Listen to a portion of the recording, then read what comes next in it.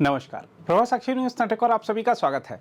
जम्मू कश्मीर में अधिकारियों ने 60 पाकिस्तानियों को वापस भेजने की प्रक्रिया शुरू कर दी है, जिनमें से एक आतंकी हमले में मारे गए पुलिसकर्मी की मां भी हैं। अधिकारियों ने बताया है कि इन सभी को विभिन्न जिलों से इकट्ठा करके बसों में पंजाब ले जाया गया, जहां उन्हें वाघा सीमा पर पाकिस्तानी अधिकारियों को सौंप दिया जाएगा। निर्वासित किए जा रहे लोगों में अधिकतर पूर्व आतंकवादियों की पत्नियां और बच्चे हैं, जो पूर्व आतंकवादियों के लिए 2010 की पुनर्वास नीति के तहत घाटी में लौटे थे। अधिकारियों ने बताया है कि इनमें से 36 पाकिस्तानी श्रीनगर में, 9 बारामूला और कुपवाड़ा में, 4 बडगाम में और 2 शोपियां जिलों में रह रहे थे। हम आपको बता दें कि आतंकवादियों से लड़ते हुए मई 2022 में मारे गए विशेष पुलिस अधिकारी मुदासिर अहमद शेख की मां शमीमा अख्तर भी निर्वासित किए जा रहे लोगों में शामिल हैं। मुदासिर जम्मू कश्मीर पुलिस की एक टीम का हिस्सा थे, जिसने विदेशी आतंकवादियों के एक समूह को रोका था।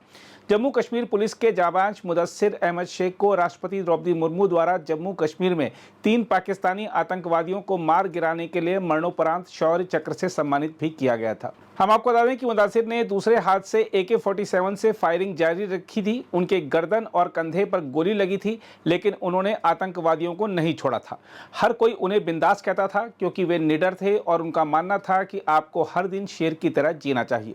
उनकी शहादत के बाद केंद्रीय गृह मंत्री अमित शाह ने उनके घर का दौरा कर परिजनों से मुलाकात की थी और उन्हें ढाढ़स बंधाया था। इस घटनाक्रम से खुश नहीं दिख रहे मुदस्सिर के चाचा मोहम्मद यूनुस ने संवाददाताओं से कहा, मेरी भाभी पाकिस्तान के कब्जे वाले कश्मीर से हैं, जो हमारा क्षेत्र है।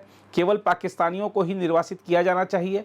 उन्होंने कहा कि मुदस्सिर की मृत्यु के बाद केंद्रीय गृह मंत्री अमित शाह ने परिवार से मुलाकात की थी और उपराज्यपाल भी 2 बार परिवार से मिलने आए थे।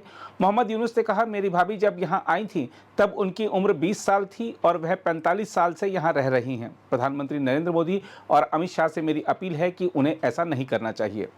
उधर PDP अध्यक्ष महबूबा मुफ्ती ने भी इस मुद्दे पर टिप्पणी की है। साथ ही कश्मीर में चल रहे अन्य घटनाक्रमों पर भी उन्होंने बयान दिया है। कितना बड़ा हादसा हुआ जिसमें इतने सारे लोग, बेगुनाह लोग मारे गए, तो नेचुरली उसमें पूरा माहौल ही बदल जाता है और ऐसे कुछ चीजें हो जाती हैं जिसकी एक्सपेक्टेशन नहीं होती है हमें। पर एक चीज तो मैं ऑन रिकॉर्ड रखना चाहती हूँ कि मुल्क के अंदर जो हमारे स्टूडेंट्स हैं, हमारी बच्चियां हैं, हमारे जो बाकी ट्रेडर्स हैं, उन पे जो शुरू में जो उनके ऊपर प्रेशर आ रहा था, जो उनके साथ बहुत तकलीफ दे तरीके का इस्तेमाल किया, उसमें कहीं ना कहीं ठहराव आ गया है। तो इसके लिए मैं समझती हूँ कि हमारे मुल्क के लोग भी अब सामने आ रहे हैं और कहीं ना कहीं कश्मीरियों को जिस नजर से देखा जाता था उसमें एक थोड़ा सा तब्दीली आई हुई। जहां तक कश्मीर का सवाल है, यहाँ कुछ ऐसी कार्रवाइयां हुई जिस तरह लोग जो हैं पहलगाम हादसे के बाद जिनको पकड़ा गया है बहुत बड़ी तादाद में, और इसी तरह से जो मिलिटेंटों के जो घर जो गिराए गए उसमें कोलैटरल डैमेज भी काफी हुआ कि बेचारे जो आम लोग थे उनके घर भी गिरे। यहाँ मुरन जो है पुलवामा में एक घर था, उसकी शादी थी बेटी की, तो उस बेचारे का भी सारा डिस्ट्रॉय हो गया। तो मगर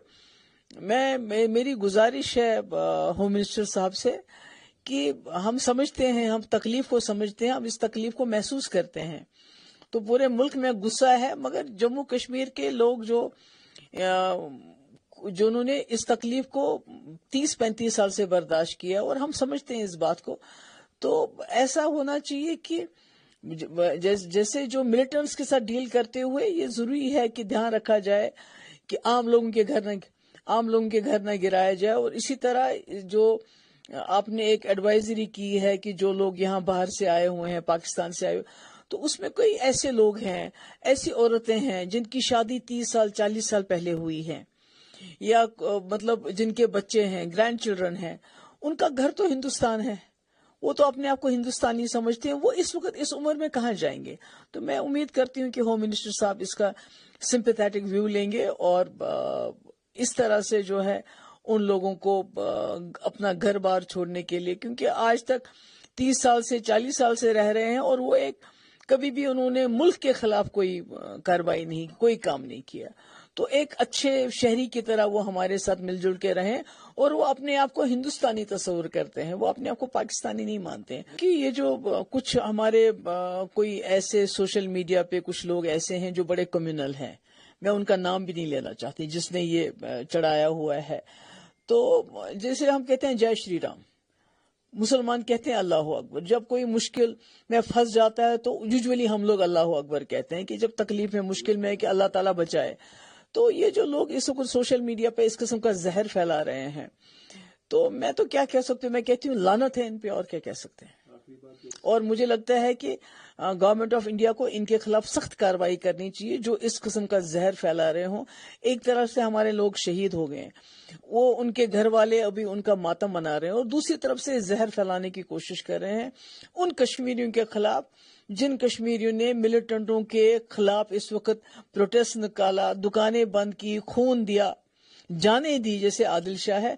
तो उनके खिलाफ ये प्रोपागंडा कर रहे हैं, इसको रोक लगानी चाहिए। देखिए, मुझे तो लगता है इस वक्त जो माहौल है बहुत तनाव का है, और ये कुदरती बात है, तो ये तो इसको तो ठीक होने में टाइम लगेगा। अभी मैं कहूँ कि कुन फयाकुन अल्लाह ताला ही कह सकते हैं, हम तो नहीं कह सकते हो जा, तो इसमें तो टाइम लगेगा। हमें भी थोड़ा सब्र से काम लेना चाहिए। तो जब हालात थोड़े नॉर्मल हो जाएंगे तो उसके बाद जो बात करनी होगी वो कर लेंगे। नहीं, फारूक साहब को तो मैंने सुना कि वो कुछ कह रहे थे बालाकोट से ज्यादा कुछ होना चाहिए। तो देखिए, फारूक साहब की नेशनल कॉन्फ्रेंस की पॉलिसी अलग रही है। फारूक साहब तो ये भी कहते थे कि जो अब दूसरा कश्मीर है उस पर बम गिरा दो एकदम से, वो भी कभी वो जबान बोलते थे, कभी कहते हैं बातचीत होनी चाहिए। इसलिए मैं उसमें नहीं जाना चाहती। मैं समझती हूँ कि इस वक्त लोगों के जख्म हरे हैं, हमारे मुल्क के लोगों के जख्म हरे हैं, उस पर मरहम लगाने की जरूरत है। अगर आप भी लेना चाहते हैं देश दुनिया की तमाम जानकारी तो आज ही सब्सक्राइब करें हमारे चैनल को। साथ ही नीचे दिए बेल आइकन को जरूर दबाएं ताकि हर अपडेट आप तक पहुंच सके।